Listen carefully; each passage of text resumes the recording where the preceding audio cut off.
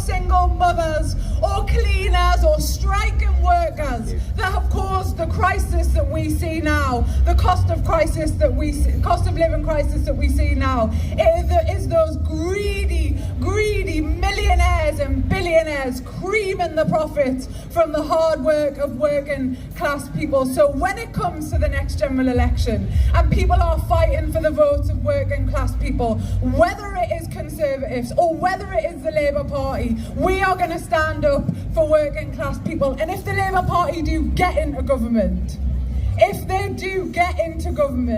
make absolutely no doubt that if they are intent on harming working class communities as well, we will protest them with fury and vigour. Hell yeah. We will stand up against them as well, because we don't care if it's Labour or the Conservatives. If they are harming our communities, we will come out in protest against them. We have to build a movement. We have to see this literally as the start of building that movement, of making sure that we build the biggest possible coalition against these politicians and all of those people who wish to exploit us. I'm going to now go on to our first speaker. She is a fantastic activist. She's from Black Lives Matter Merseyside. It's Chantel Lunn. Give her a round of applause. Hey! Go on, Shell. Can't adjust the mic, so I'll just go with it. So it's Black History Month today. Today is the first day of Black History Month. Hey! And it's a time to celebrate our community and the diverse history of this country. And the Tory party have actually appointed the most diverse cabinet ever. And they sure know how to pick them. A Home Secretary more self-hating than the last. Cruella, or Suella Braverman, a woman whose dreams would make Martin Luther weep, who in the last few days has moved mountains to undo decades of work by refugee, migrant and civil rights movements. A self-hating daughter of migrants pulling the ladder up behind her and taking aim at every marginalised group.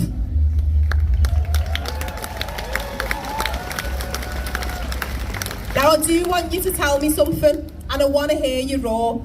Do women deserve safety from persecution and oppressive, misogynistic regimes? Hell yes! Should LGBTQ plus people be granted safe passage from countries where they face the death penalty for being queer? Hell yes! And has immigration and migration made Britain stronger? Hell yes! Yes, it has. It's Black History Month, so let's use this as an opportunity to reacquaint ourselves with the history. Much of this country's wealth has come from the forced migration and exploitation of black people. It was black people who answered the call, helping rebuild a post-war Britain and the NHS, helping prop up transport, mail and public services, and doing so because they were invited as citizens of the Commonwealth.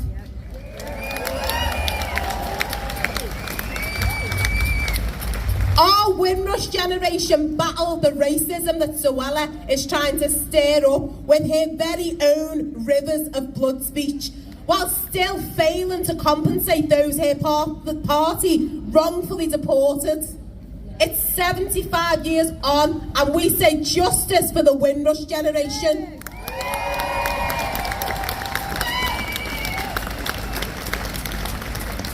People of colour are the working class too. Migrants are working class, and we will stand together and refuse to let those Tories dilute our movements. I will stand here, a child of Irish, Bayesian and African migration, to say that the Tory party are the ones who have diluted this country. They have robbed our public services and pushed our class to the breadline. And if anyone should be deported, we should start with the Tories. Hear, hear. Tories, stop! Tories, Tories, Tories! Out, out, out! Tories, Tories, Tories! Out, out, out! Tories, Tories, Tories! Out, out, out! Thank you. So good, isn't it? Thank you so much to Chantel from Black Lives Matter Merseyside. Next is the President of the Public and Commercial Services Union. It's Fran Heathcote.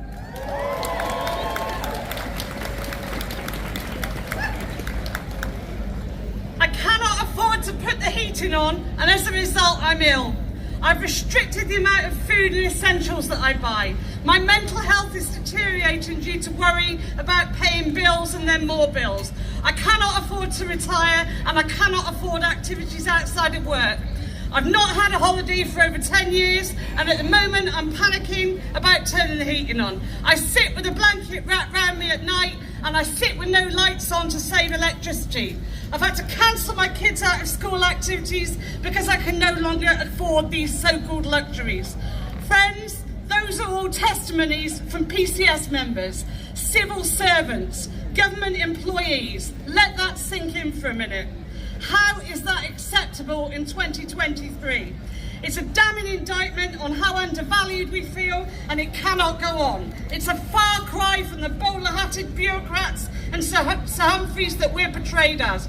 It's clear that this government of millionaires hate the civil service. They continue to wage an ideological war on their own workforce to demonstrate austerity in their backyard. When you look at how badly they treat their own staff, what other conclusion can you draw? Incessant attacks by government ministers, by Raab, by Priti Patel, by Suella Braverman, and who can forget Jacob Rees-Mogg and the little post-it notes for our members, sorry we missed you. An abhorrent bullying culture slowly being exposed. Praised for being key workers, clapped on a Thursday night, yet now we're treated worse than anybody else, so it's no wonder that our members are a bit fed up. Everybody relies on our members at some point in their lives. They are there for the public from cradle to grave. Who doesn't know somebody who's claimed child benefit, purchased a home, ordered a passport, claimed some type of benefit, claimed furlough throughout the pandemic, needed a driving licence, driven on British roads or eaten British produce? Our members deal with all of those things and much, much more. Undervalued, underpaid, demoralised, they deserve to be able to feed their families as much as anybody else does. The benefit system is constantly under attack, and if we're going to defend what's left of our public services, and that includes the National Health Service, then we have to build a united, coordinated campaign across the entire movement with joint demands. Not one more cut, not one more privatisation, and all privatised services to be brought back in-house. And that demand needs to be directed as much towards the Labour Party as it does to the Tories. Hell yes! The answer to much of what we face lies in organising in the workplace and in communities, recognising that these issues will be campaigned on and won on by us standing together. But let's be clear about one thing, and that's the need to build the biggest, most effective coordinated strike action, but also to build maximum unity, the strongest united front within unions, within communities and in our social movements. And the People's Assembly is an excellent example of where that works. The Tories and the right-wing press have been clear that they intend to target all of us and spread division for having the audacity to stand up for ourselves, for our members, for our class and the right to strike. And that is why we have to push back against this rotten government. We owe it to our members in struggle and we owe it to our class. No to cuts, no to privatisation, no to austerity, no to racism and division. Nobody wants the Tories out more than we do. We absolutely want rid of them. But we also need to prepare unions and workers everywhere for a fight against the Labour Party, our next potential government. Nobody is under any illusions here. It's going to be a government of neoliberal reaction from day one, but a government of crisis too. There will still be cuts. There will still be privatisation and austerity, so the left have to prepare now. We don't just want a change of government, we want an end to the attacks on our class, and I will finish on this. Labour is committed to supercharging the NHS. all of their main people now take money from private companies. And the job of union leaderships in the period when Labour comes to power is not to seek accommodation with them in order to enable cuts and privatisation, but to make it clear that we will oppose policies that attack or impoverish our class, whether they come from Sunak or from Starmer. Solidarity. Solidarity, sister. Fantastic. I think there's a theme here, sisters and brothers, isn't there? If we take the long view of what the Conservatives have done, billions of pounds have been taken out of the social security system. The cost of living crisis for some people started over a decade ago with the huge swathes of benefit cuts. And there is one organisation that has been campaigning tirelessly, and that is Disabled People Against the Cut. And I am so proud to announce two speakers from them today. It's Ellen Clifford and Martha Fold from Disabled People Against the Cut. Hey, go on, Ellen, give it to them, sister.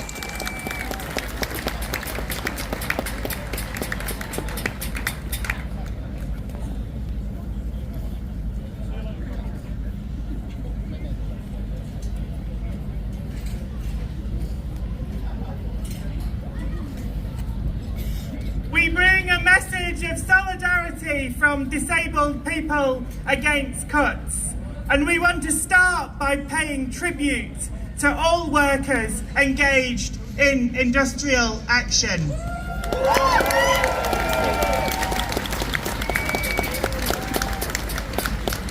From railway workers fighting against the closure of ticket offices and to defend the right of disabled people to travel on the railway network.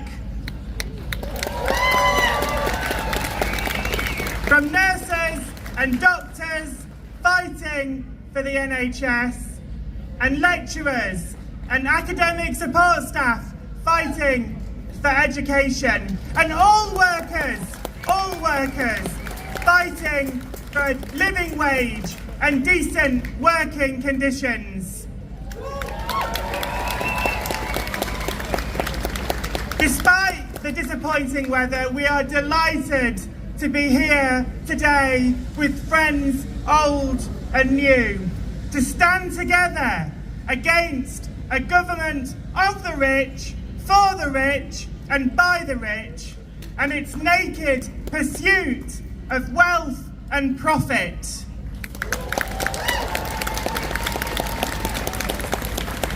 And they have taken so much from us since 2010, and they plan to do far, far worse. DPAC started 12 years ago on a rainy day in Birmingham, leading the march outside the Tory party conference in 2011. And it's been a long, long journey since then. We've lost many great activists: Debbie Jolly, Sean McGovern, Roger Lewis, to name a few. Friends and campaigners who would still be with us if the fight against the Tories' war on disabled people had not been so urgent and demanding. But we have no choice but to fight as the Tories continue to attack every area of our lives. And now DPAC has to re-emerge and come back stronger than ever, because the Tories' new plans for social security that were announced, slipped out the day of the budget in March, will take the destruction of the welfare state to a whole new level. And this is something we want everyone to be aware of, because it will affect all of us. By effectively getting rid of out-of-work disability benefits, their plans are an assault on all workers. They're an attempt to punish and discipline the working class and force us to accept jobs for low pay, longer and longer hours, to fill their vacancies in the rise of bad jobs. It's the Tories' fight back against industrial action and an attempt to draw a wedge between workers and benefit claimants. They've rebranded disabled people as the economically inactive. The right-wing media are stirring up hatred, this time not just against benefit claimants, but specifically against disability benefit claimants. They say there are too many of us. they encourage their readers and listeners to question whether society should continue to support those unable to work due to illness or disability. Under these new proposals, all disabled people will be subject to conditionality and to sanctions. The work capability assessment that we've been fighting against for years, that's going to be taken away. But worse, instead everything will hinge on the equally flawed and pernicious PIP assessment. Hundreds and thousands of disabled people, over 630,000, who currently get out of work disability benefits don't qualify for PIP and under new proposals will lose their entitlements. Disabled people are already 3 times as likely to live in severe material deprivation. These new proposals will see poverty among disabled people soar to levels not seen since before the Second World War. It's going to be left up to individual work coaches to decide what work activity disabled claimants have to perform to get our social security payments, and PCS and DPAC have a shared position that we do not want this. Over 1.7 million low-paid workers are also going to be subject to conditionality and sanctions if they don't do activity to look for work on top of their jobs. And we can't let them turn these plans into reality. It does require new legislation, but they're already drafting it. And we cannot trust Labour not to do the same if they come in. DPAC is already planning action, which I can't tell you about what that is, but please look out for us online and support us in any way that you can. Anyone still here on Tuesday, Manchester DPAC is leading a protest at midday. It's more urgent than ever that we get the Tories out. Keep up the fight, solidarity. Hell yeah! Spot on, Alan, as always. Thank you so much, Ellen and Martha. Please do support DPAC in anything that they do. Next, I don't know if you've heard of this place, but it exists. It's part of the Home Office's hostile environment. It's called Hassock Field Immigration Removal Detention Centre. It's in County Durham. It's akin to Yarl's Wood. It's for women. It detains people for having the sheer audacity to cross a border and then keeps them there, detains them there. It is a disgraceful, shameful place. And a key campaigner in that campaign is Moses Mbano. He is from a Zimbabwean human rights organisation called Zorro. Please give him a huge round of applause. Yay.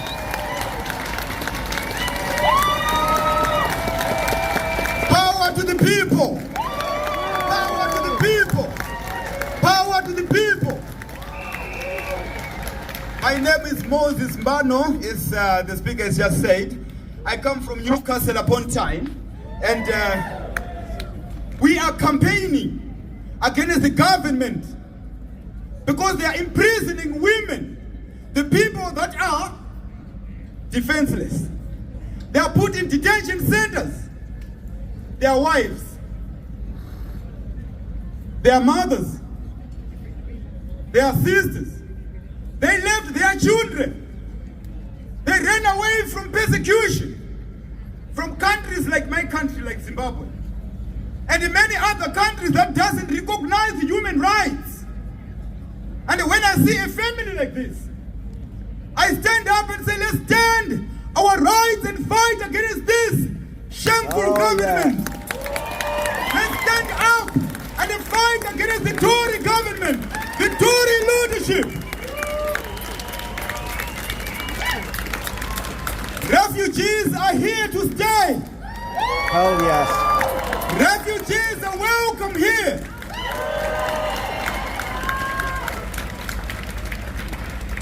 The backlog, the statistics says we got over 175,000 refugees and asylum seekers that are waiting idle. They are not allowed to do anything. But guess what? The NHS is understaffed. Education sector is understaffed. We got experienced 175,000 people that are not allowed to take up employment. And they are issuing visas to say we want people from abroad to come and work here. While they got other people that are staying here, not allowed to work. Shame on you! Shame on you! The Tory leadership. Next time, their time is borrowed time at the moment. Because nobody is going to vote for them. And we're not going to vote for them. They have put strain into families. They have put strain in the asylum system. Suella Braverman, she flew to the United States of America and say it's not enough to claim asylum on the basis that you belong to the LGBT community. Shame on you, Suella Braverman. You are demeaning, they are demeaning the fact that refugee is somebody who come to seek refuge from persecution. But for them, a refugee is somebody coming from Ukraine alone. Shame on this government. It's putting a divide within our communities. So I'm gonna say, let's all stand up and fight for the good cause. Thank you. Thank you, brother. Thank you so much, Moses, and shout out to the No Hassocfield campaign and North East People's Assembly who have done so much in that campaign as well. The teachers, they're having to work in crumbling schools, for goodness sake. We've got the Education Secretary saying, well, people prefer that, actually, to some of the classrooms, as if that's a good thing. That's the state of the ministers we've got. And the teachers led a valiant fight against this government throughout their strike action. Next is the General Secretary of the National Education Union. It's Daniel Kennedy.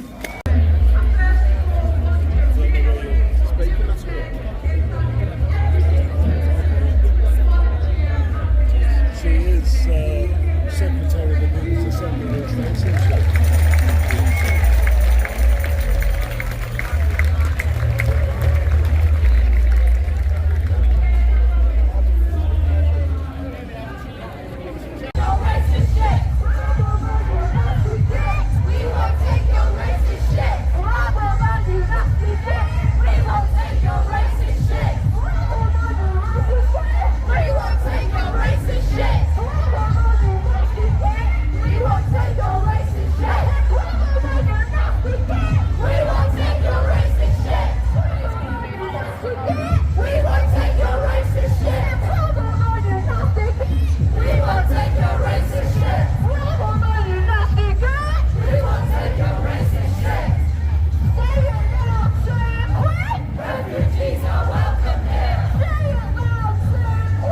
Refugees are welcome here.